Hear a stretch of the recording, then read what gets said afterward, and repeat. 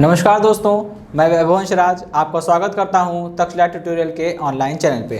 दोस्तों, हम लोग बात कर रहे थे क्लास 12 के चैप्टर नंबर 3 विद्युत धारा में, जिसमें हम लोग लेक्चर 3.18 तक कंप्लीट कर चुके थे। आज हम लोग आगे बढ़ेंगे, बात करेंगे लेक्चर 3.19 के बारे में। ठीक है दोस्तों, तो हमारे क्वेश्चन 34 क्वेश्चन तक हम देख चुके थे। आज हम लोग आगे बढ़ेंगे और बात करेंगे क्वेश्चन नंबर 35 की। दोस्तों, क्वेश्चन नंबर 35 में क्या बोल रहे हैं, 3 बल्ब हैं जिनके प्रतिरोध 5 ओम, 10 ओम और 25 ओम है। ठीक है, यहाँ पे देखिए 3 बल्ब मैंने दिखाए, 5 ओम, 10 ओम और 25 ओम, श्रेणी क्रम में लगे हैं। जाहिर सी बात है, आपको भी दिख रहा है, तीनों एक लाइन में जुड़े हैं, श्रेणी क्रम में लगे हैं। ठीक है भाई, चलिए।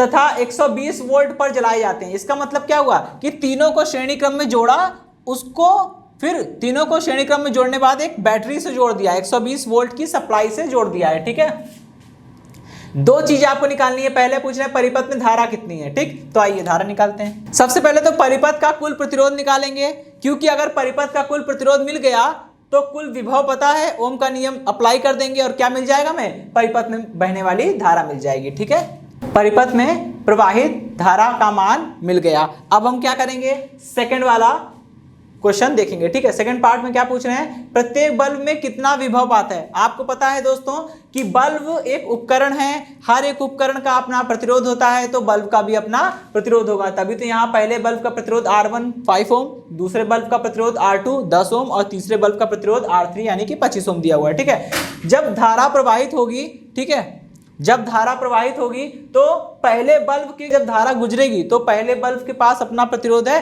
तो जब भी कोई धारा किसी प्रतिरोध में से होकर गुजरती है तो प्रतिरोध के सिरों के मध्य, मतलब जिस सिरे से धारा प्रवेश करी थी और जिस सिरे से धारा निर्गत हुई थी, दोनों के मध्य एक विभव पतन उत्पन्न हो जाता है, जिसे हमने V1 नाम दे दिया है। ठीक है, तो उसका मान निकालेंगे। सिमिलरली V2 का मान निकालेंगे और V3 का मान निकालेंगे, बस हमें यही करना है। ठीक, और किसी भी तार में, किसी भी प्रतिरोध R में अगर धारा I प्रवाहित हो रही है तो उसके सिरों के मध्य विभव पतन कितना होता है, V = I × R। ठीक है, अप्लाई कर दीजिए भाई। श्रेणी क्रम में जो धारा पहले बल्ब में प्रवाहित हो रही, वही दूसरे में, वही तीसरे में। ठीक है, ओके दोस्तों, देखिए यहाँ पे हमने क्या लिखा है, पहले बल्ब के सिरों के मध्य विभव पात। ठीक है, पहले वाले बल्ब के सिरों के मध्य विभव पात या विभव पतन, जिसे इंग्लिश में पोटेंशियल ड्रॉप बोलते हैं। ठीक है, उसकी वैल्यू निकालनी है। तो अगर किसी तार R में धारा I प्रवाहित हो रही है तो विभव पतन का मान कितना होगा, V = IR। यहाँ पे प्रतिरोध R1 है तो I × R1 को नाम दे दिया V1। V1 मतलब पहले वाले बल्ब के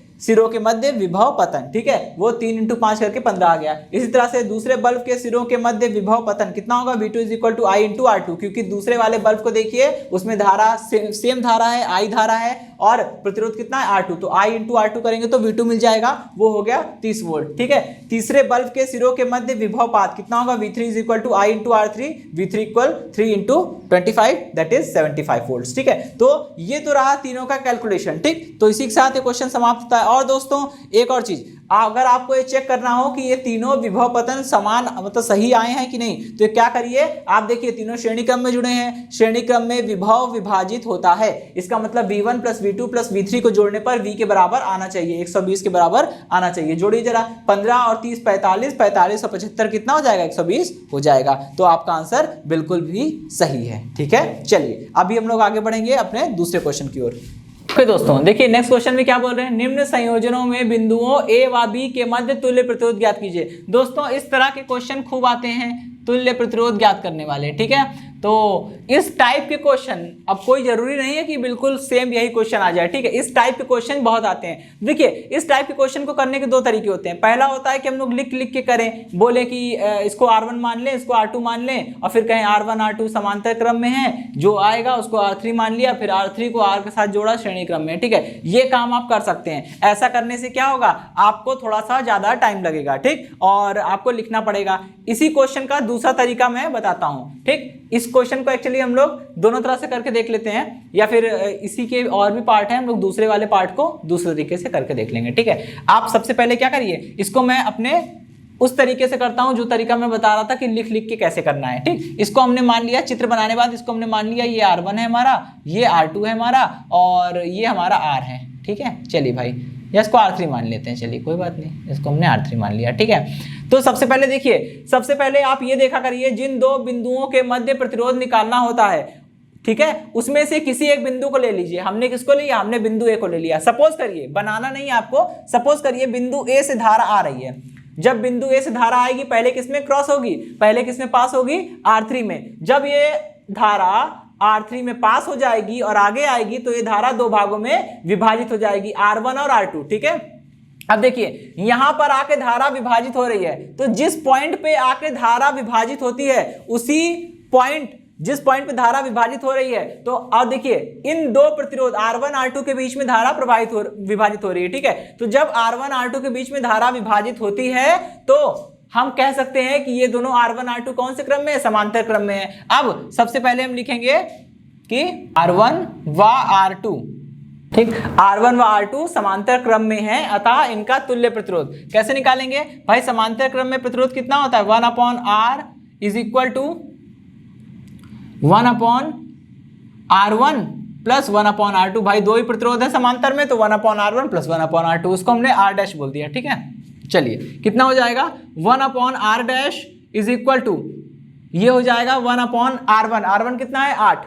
तो यहां पे रखेंगे 8, ठीक है, प्लस 1/8।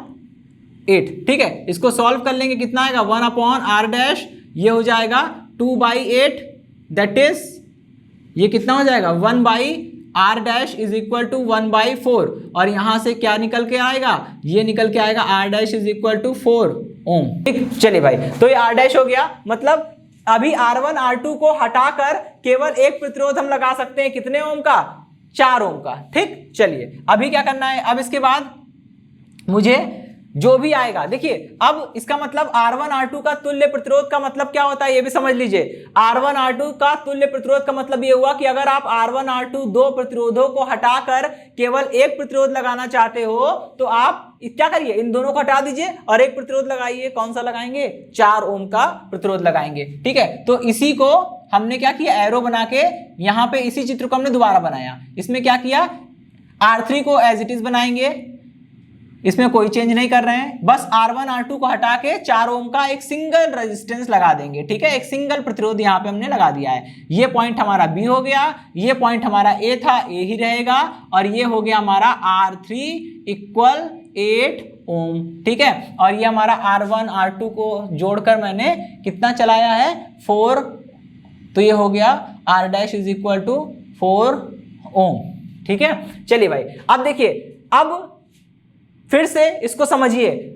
आपको ए और बी के बीच तुल्य प्रतिरोध निकालना है। सपोज करिए धारा यहां से आ रही है, ठीक है, तो अब देखिए जो धारा R3 में जाएगी वही धारा R4 में वही धारा R डैश में जाएगी। कहीं भी कोई भी धारा का विभाजन नहीं हो रहा है, और जब धारा विभाजित नहीं होती है तो वो श्रेणी क्रम होता है, यानी ये दोनों किसमें होंगे? श्रेणी क्रम में होंगे। तो क्या लिखेंगे? अतः इनका तुल्य प्रतिरोध कितना होता है भाई? श्रेणी क्रम में तुल्य प्रतिरोध कितना होता है? R इज इक्वल टू, दोनों को जोड़ दीजिए, ठीक है, इसको ऐड कर लीजिए। R3 कितना है? 8, और ये कितना है? 4, टोटल कितना आ जाएगा? ये हो जाएगा R इज इक्वल टू 12 ओम। ठीक है, और ये तो हो गया पूरा प्रॉपर वे कि आप पहले ये करिए, फिर ये निकालिए, फिर इन दोनों का तुल्य प्रतिरोध आ गया, उसको इसके साथ श्रेणी में था, श्रेणी में जोड़ दिया, 12 ओम का आंसर आ गया। ठीक है, आप एक ऐसे लिख के कर सकते हैं। एक सोल्यूशन तो आपका ये हो गया, ठीक है, और एक सोल्यूशन ये हो गया कि डायरेक्ट आप एरो बना के करते चलिए। ये क्वेश्चन था, यहां से हमने एरो बनाया कि मतलब अब टीचर समझ जाएंगे कि आप कहना चाह रहे हो कि ये डायग्राम जो है वो इसमें कन्वर्ट हो गया। कैसे कन्वर्ट हुआ? अब यहाँ पे दोस्तों इसमें एक छोटी सी प्रॉब्लम होती है कि आपको थोड़ा सा काम हवा में, रफ में करना पड़ेगा। ठीक है, रफ में आप इसको सॉल्व करिए कि 1/8 का समांतर कितना होगा? 1/4 होगा, रिवर्स करेंगे 4 आ जाएगा। ठीक है, तो ये अब R3 और R डैश दोनों श्रेणी क्रम में हो गए। अब क्या करेंगे? फिर से एक एरो बनाएंगे। फिर से हमने एक एरो बनाया। एरो का मतलब होता है इस वाले डायग्राम को, इस वाले सर्किट को हम ऐसे भी बना सकते हैं। तुल्य प्रतिरोध निकालने में दोस्तों यही करना पड़ता है। जितने प्रतिरोध होते हैं 1 by 1 स्टेप बाय स्टेप सबको जोड़ना ही होता है। जो समांतर में होगा उसको समांतर क्रम में जोड़ेंगे, जो श्रेणी क्रम में होगा उसको श्रेणी क्रम में जोड़ेंगे। ठीक है, ये दोनों श्रेणी क्रम में थे, जोड़ दिया और कितना आया? ये आ गया 12 ओम। ठीक है, और ये R की वैल्यू हमारी फाइनल आ गई। ठीक है, तो ये है जवाब। आप चाहो तो केवल डायग्राम के थ्रू भी कर सकते हैं, टाइम बचेगा। ठीक है, ये बनाया, ये बनाया, ये बनाया, आंसर। ठीक, और नीचे लिख दिया था बिंदु ए व बी के बीच तुल्य प्रतिरोध 12 ओम होगा। ठीक है, तो दोस्तों ये पहला पार्ट था। आगे बढ़ते हैं, इसी क्वेश्चन का दूसरा पार्ट, बी पार्ट देखते हैं। देखिए दोस्तों, बी और ये ये वाला पार्ट हमारा सी है, ठीक है। बी और सी दोनों पार्ट को मुझे सॉल्व करना है। आप देख रहे होंगे कि आपको, अगर आप ओवरव्यू देखेंगे इस क्वेश्चन का तो आपको लगेगा ये दोनों एक ही हैं, लेकिन ध्यान दीजिए दोस्तों, सब कुछ एक जैसा है। 8 ओम, 2 ओम, 4 ओम, 6 ओम बिल्कुल सेम है, लेकिन यहाँ पे देखिए, यहाँ पे ऐसे बना हुआ है और यहाँ पे देखिए ऐसे बना हुआ है, ठीक है। इसको बोलते हैं, जैसे मान लीजिए ये बना हुआ है ऐसे, इसको बोलते हैं क्रॉसिंग ओवर विदाउट टचिंग, ठीक है। इसको क्या बोलते हैं? क्रॉसिंग ओवर विदाउट ज्वाइनिंग या विदाउट टचिंग। इसका मतलब ये होता है कि नीचे वाला वायर अपने आप नीचे से केवल पास आउट हुआ है, ठीक, इसमें जुड़ा नहीं है, और ये जो ऊपर से वायर गया है ये इसको फांद कर गया है, ठीक है, इसमें मिला हुआ नहीं है। जबकि इसका मतलब होता है, यहां देखिए मैंने एक डॉट बना रखा है, एक पॉइंट बना रखा है, ठीक है, एक सर्किल बनाया है छोटा सा। इसका मतलब ये होता है कि ये चारों वायर, 1 2 3 4, ये चारों वायर इस पॉइंट पे आके टच हुए हैं, जुड़े हुए हैं, ठीक है, इस चीज का ध्यान रखिएगा। जबकि यहाँ पे हो रही है क्रॉसिंग ओवर, इसको बोलते हैं क्रॉसिंग ओवर विदाउट ज्वाइनिंग, ठीक। चलिए, तो इस चीज का ध्यान रखिएगा, इसी कारण दोनों का आंसर देखिएगा अलग अलग आएगा, ठीक। इसको चलिए सॉल्व करते हैं। सबसे पहले तो यहाँ पे एक एरो बनाया, ठीक। अच्छा, अभी देखिए क्या है इसमें, सबसे पहले आपको बिंदु ए और बी के बीच में प्रतिरोध निकालना है। मैंने जो तरीका बताया था, बिंदु ए और बी में से किसी एक बिंदु को ले लीजिए। मान लिया आपने बिंदु ए को ले लिया, चित्र में बनाना नहीं है आपको, अपनी कॉपी में, एग्जामिनेशन कॉपी में बनाएंगे नहीं, केवल ये काम आपके समझने के लिए, हवा में करना है, अपने दिमाग में करना है, ठीक है। यहां से करंट आएगी तो देखिए 2 भागों में बढ़ जाएगी, यहां से करंट आएगी 2 भागों में बढ़ जाएगी, यानी 8 ओम और 2 ओम का जो प्रतिरोध है वो क्या है, वो समांतर क्रम में है। फिर 8 ओम वाली धारा इसमें से पास होगी, 2 ओम वाली धारा नीचे से पास होगी, दोनों वहां आपके मिल जाएगी। फिर मिलने बाद क्या होगा, फिर से धारा विभाजित हो जाएगी, कुछ धारा 4 ओम में जाएगी, कुछ धारा 6 ओम में जाएगी। इसका मतलब धारा जो है वो 2 और 8 ओम के बीच में विभाजित हो रही है, तो 8 और 2 ओम काय में होंगे, समांतर क्रम में होंगे। फिर 6 और 4 ओम का प्रतिरोध, इसमें भी धारा मतलब विभाजित हो रही है, तो ये क्या होगा, ये भी आपका समांतर क्रम होगा। तो चलिए इसको ड्रॉ करते हैं दोबारा, ठीक है। 8 और 4 ओम का समांतर क्रम निकालिए, 1/8 और 1/2 कितना हो जाएगा, ये एलसीएम आ जाएगा 8, ठीक है, ये 1 और ये हो जाएगा 4, ठीक, और ये रिवर्स कर देंगे तो कितना हो जाएगा 8/5, ठीक। तो ये आ जाएगा 8 डिवाइडेड बाय 5, 8/5 ओम, ठीक है। इसको सॉल्व करिए, 4 और 6 का समांतर क्रम कितना आएगा, 1/4 प्लस 1/6 इज इक्वल टू 12, ठीक है, ये हो जाएगा 3 प्लस 2, ये हो जाएगा 12/5, ठीक है। यहाँ पे लिख दीजिए 12/5, ठीक, 12/5 ओम। चलिए भाई, इतने समझ में आ गया, ओके।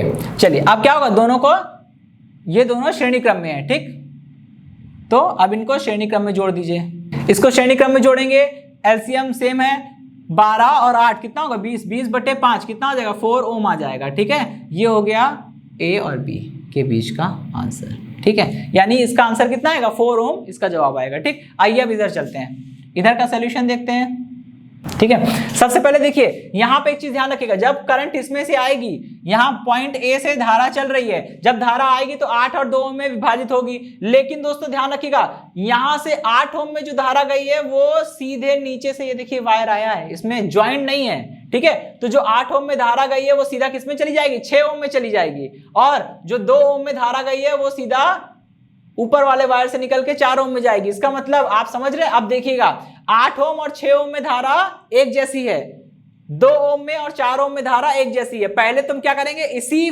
सर्किट को रिकॉन्फ़िगर करेंगे, ठीक है। रिकॉन्फ़िगर का मतलब होता है इसी सर्किट को दोबारा बनाएंगे और एक नए अंदाज में बनाएंगे, ध्यान दीजिएगा। चलिए देखिए, 8 ओम वाली धारा 6 ओम में जा रही है, इसका मतलब ये क्या हो जाएगा, ये इधर हो जाएगा 8 ओम और ये हो जाएगा 6 ओम, ठीक है भाई। चलिए, यहाँ 2 ओम वाली धारा 4 ओम में जा रही है, इसका मतलब ये 2 ओम और ये 6 ओम, ठीक। अच्छा, अभी देखिए, इसको मैं ऐसे बना सकता हूं ना कि 8 ओम वाली धारा 6 ओम में जा रही है, 2 वाली 4 ओम में जा रही है, तो देखिए जो 8 ओम में पास होगी वही 6 ओम में चली जाएगी और बी वाले टर्मिनल पे वापस आ जाएगी। इसी तरह से जो धारा 2 ओम में है वही 6 ओम में जाएगी और बी वाले टर्मिनल पे इकट्ठा हो जाएगी, ठीक। अब इनको जोड़ दीजिए, दोनों श्रेणी क्रम में है, 8 6 का श्रेणी क्रम कितना आएगा, 14 आएगा, ठीक है। तो चलिए, खैर यहाँ पे एरो बनाते चलिए ताकि पता चले कि सोल्यूशन हो रहा है, ठीक। अच्छा, अभी क्या करेंगे, यहाँ पे पहले इसको 8 और 6 को जोड़ा, कितना आया श्रेणी क्रम में, 8 और 6 14, ठीक। तो ये बन जाएगा 14, ठीक है। 2 और 6 को जोड़िए, कितना आएगा, 8 आएगा, ठीक। ये हो गया, ठीक। अब देखिए, अब क्या करना है, अब 14 और 8 का समांतर क्रम लेना है। समांतर क्रम यहाँ ले लेते हैं, ठीक है, फाइनल कर देंगे बाद में। 1/14 प्लस 1/8, देखिए 4 और 8 14 और 8 का एलसीएम लेना है, ठीक है। तो क्या करेंगे, कितना आएगा, 14 दूनी 28, 3 42, 14 चौके 56 और 5 70।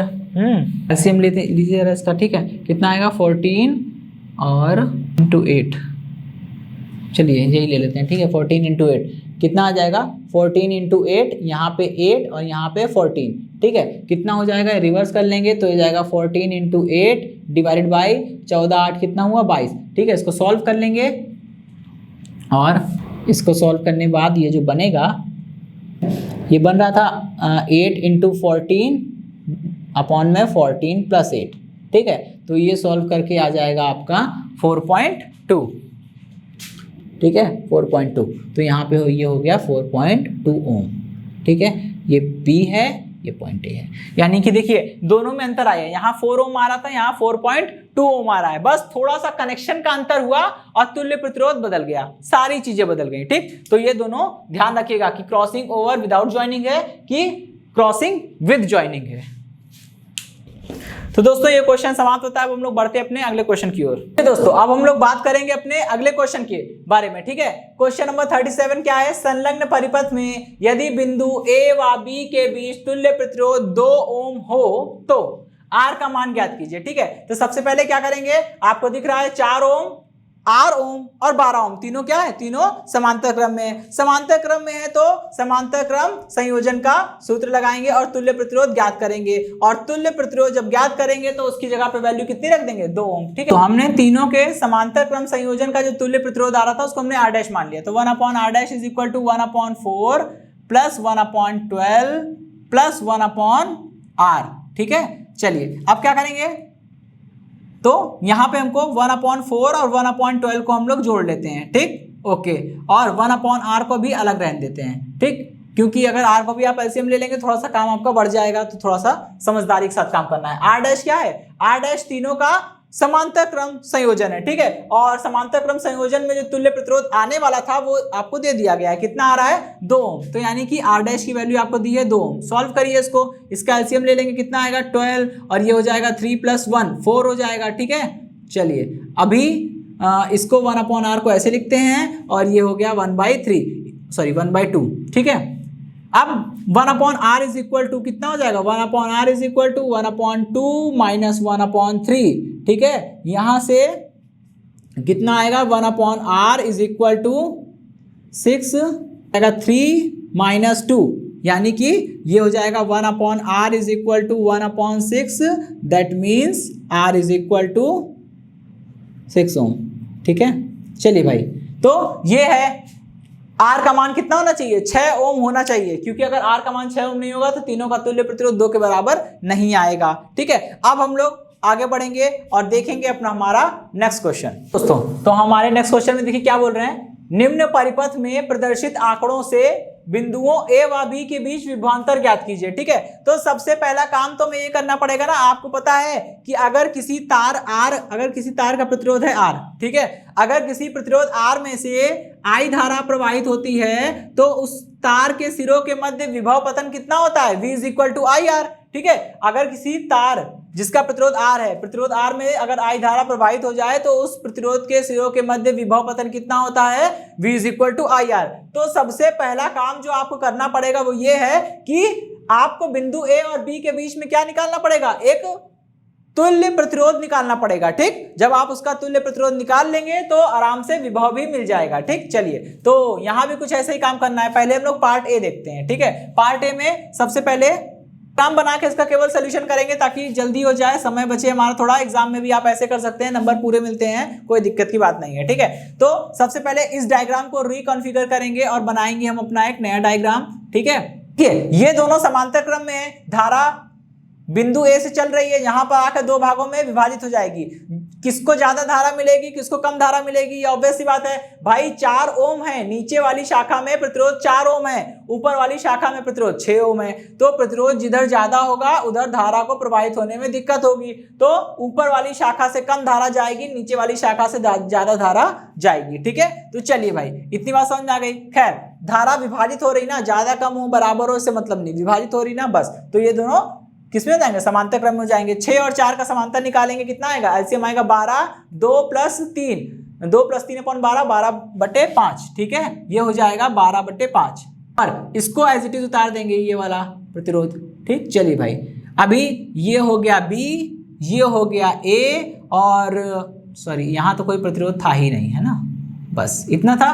ठीक, इन दोनों को जोड़ के इतना आ गया, कितना, 12/5। ठीक, 12/5 और ये 3.6। 12/5 को अगर आप सॉल्व करेंगे 5 दूनी 10 और ये 2.4 आ जाएगा। ठीक है, और ये कितना बन जाएगा, ये बन जाएगा आपका 3.6।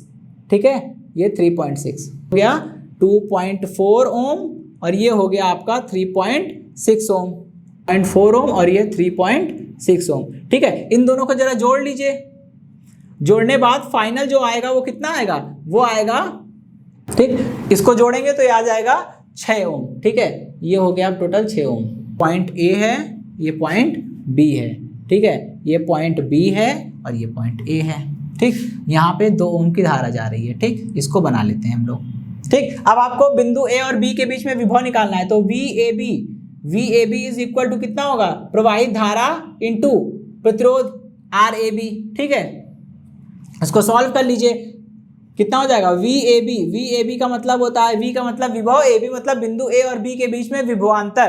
ठीक है, कितना आ जाएगा, I धारा कितनी है भाई, 2 है और RAB कितना है, 6, तो ये टोटल कितना हो जाएगा, ये हो जाएगा हमारा VAB is equal to 12 volts. ठीक है, चलिए भाई, अब इसका तुल्य प्रतिरोध निकालेंगे। सबसे पहले इसको दोबारा डिजाइन करेंगे। ठीक है, और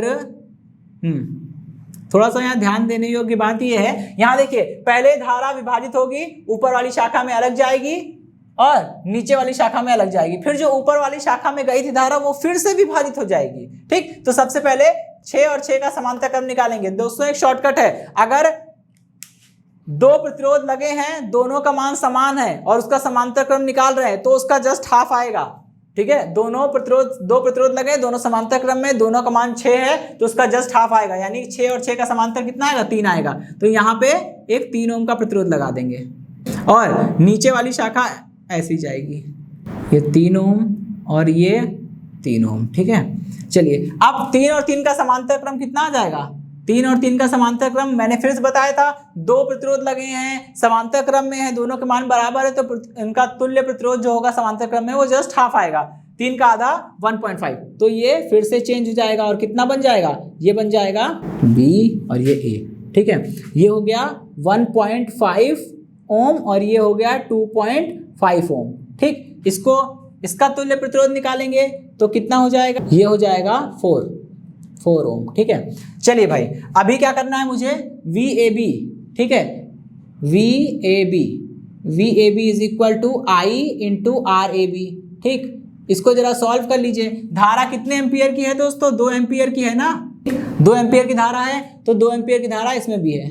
अब 2 एम्पियर की धारा है और 4 ओम के प्रतिरोध से पास आउट हो रही है, तो विभव टोटल कितना हो जाएगा, विभव हो जाएगा 4 दूनी 8 वोल्ट्स। ठीक है, तो यहाँ पे जवाब कितना हो जाएगा, VAB इक्वल 8 वोल्ट्स। ठीक, बस, तो दोस्तों ये क्वेश्चन यहीं पे समाप्त होता है। तो दोस्तों आज का सेशन में हमने जो भी पढ़ा, इसके रिटन नोट्स प्राप्त करने के लिए डिस्क्रिप्शन में दिए गए लिंक पे जाके क्लिक कीजिए। दोस्तों आज के सेशन में इतना ही, मिलता हूँ नेक्स्ट सेशन में, धन्यवाद।